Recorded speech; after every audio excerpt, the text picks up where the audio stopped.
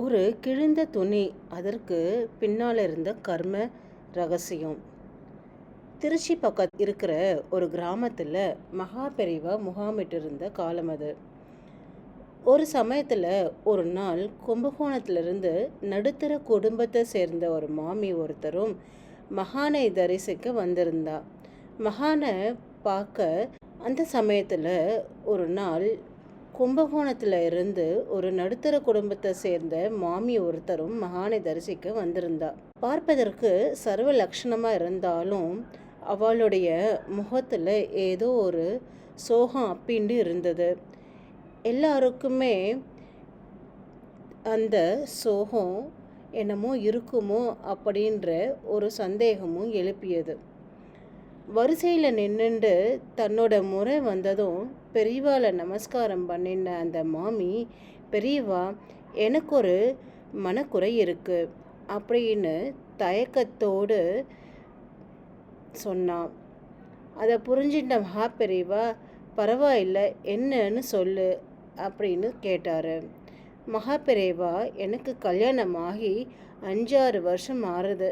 அன்னிலிருந்தே இன்னைக்கு வரைக்கும் நான் எப்பொழுது புதுசு கட்டினாலும் அந்த புடவை கிழிஞ்சிடுறது, இல்லைன்னா கரையாயிடுறது. இது ஏதாவது கெட்ட சகுனமாக இருக்குமோன்னு மனசு படபடக்கிறது என்று சொன்ன அந்த பெண்மணி சில வினாடிக்கு பிறகு தொடர்ந்தார்.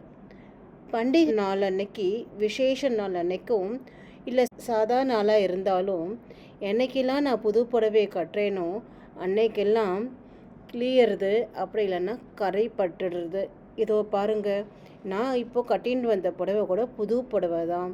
பஸ்ஸில் இருந்து இறங்கும்போது இங்கே ஒரு ஆணியில் பட்டு கிழிஞ்சிடுது அப்படின்னு சொல்லி அந்த பெண் ரொம்ப வருத்தப்பட்டுண்டா.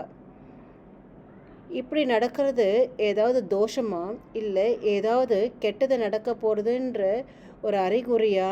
இதை நினச்சி எனக்கு தேக பலமே போயிடுறது, மனசும் பயங்கர கஷ்டமாக இருக்குது, தூக்கமும் இல்லை பெரியவா. இந்த ஒரு செயலுக்கு நீங்கள் தான் எனக்கு ஒரு தீர்வு கண்டுபிடிச்சி தரணும்னு சொல்லி கேட்டா. எல்லாத்தையும் கேட்டுண்டு அமைதியாக இருந்த அந்த மகா பெரியவா, சரி, நான் ஒரு விஷயம் கேட்குறேன், உண்மையை சொல்லுன்னு மகா பெரியவா சொன்னான். நீ கல்யாணமாகி புகுதாதுக்கு வந்த புதுசில் நவராத்திரி சமயத்தில் நீ தெரிஞ்சே ஒரு தப்பை செஞ்ச இல்லையான்னு கேட்டார் மகா பெரியவா. கேட்ட உடனே அந்த மாமி கண்ணிலிருந்து பொல பொலன்னு ஜலம் வலிய ஆரம்பிச்சிடுச்சு. ஆமாம் பெரியவா, ஆமாம். நவராத்திரி சமயத்தில் கொலுக்கு வந்தவா ஒருத்தருக்கு ரவுகை துணி வச்சு கொடுத்தப்போ அது ஓரத்தில் லேசாக கிழிஞ்சிருந்ததை பார்த்தேன். சும்மா தானே கொடுக்குறோம், அது ஓரத்தில் லேசாக தானே கிழிஞ்சிருக்குன்னு நினச்சி அதை அப்படியே உள்பக்கமாக திருப்பி மடித்து கொடுத்துட்டேன்னு சொன்னான். அந்த மாமி அந்த சொல்லி முடிச்ச உடனே அப்படி கதறி அழ ஆரம்பிச்சிட்டா. பகவானே, இந்த பாவம்தான் என்ன இப்படி துரத்துறதா? இதை எங்கே போய் எப்படி தொலைக்கிறது? நீங்கள் தான் வழி காட்டணும்னு மாமி பெரியவாளை அழுதுண்டே கேட்டா. அங்கே சுற்றி இருக்கிற எல்லாருக்குமே மன கஷ்டமாகி எல்லாருடைய கண்ணிலையும் தண்ணீர் வர ஆரம்பிச்சிடுது. மகா பெரியவா எல்லாத்தையும் அமைதியாக கேட்டுட்டு சொன்னால், இத்தனை பெரிய சபையில் நீ செஞ்ச தப்பை எல்லார் முன்னாலேயும் சொல்லி மன்னிப்பு கேட்ட அப்போவே உன்னுடைய பாவம் கொஞ்சம் குறைஞ்சிடுது. இன்னுமே நீ செய்ய வேண்டியது பிராயச்சித்தம்தான். அதனால் ஆற்றுக்கு போனதும் ஒரு நல்ல வெள்ளிக்கிழமையாக ஒரு நாளை பார்த்து 9 சுமங்கலியை அழைச்சி நல்ல ரவிகை துணியை, தாம்பூலப்பூ, தட்சிணை, மாங்கல்ய பொருட்களோடு வச்சு கொடுத்துடு. உன்னோட பாவம் முழுசாக விலகிடும். அதுக்கப்புறம் நீயே சந்தோஷமாக புது புடவையும் கட்டிக்கலான்னு சொல்லி முடித்தார் மகா பெரியவா.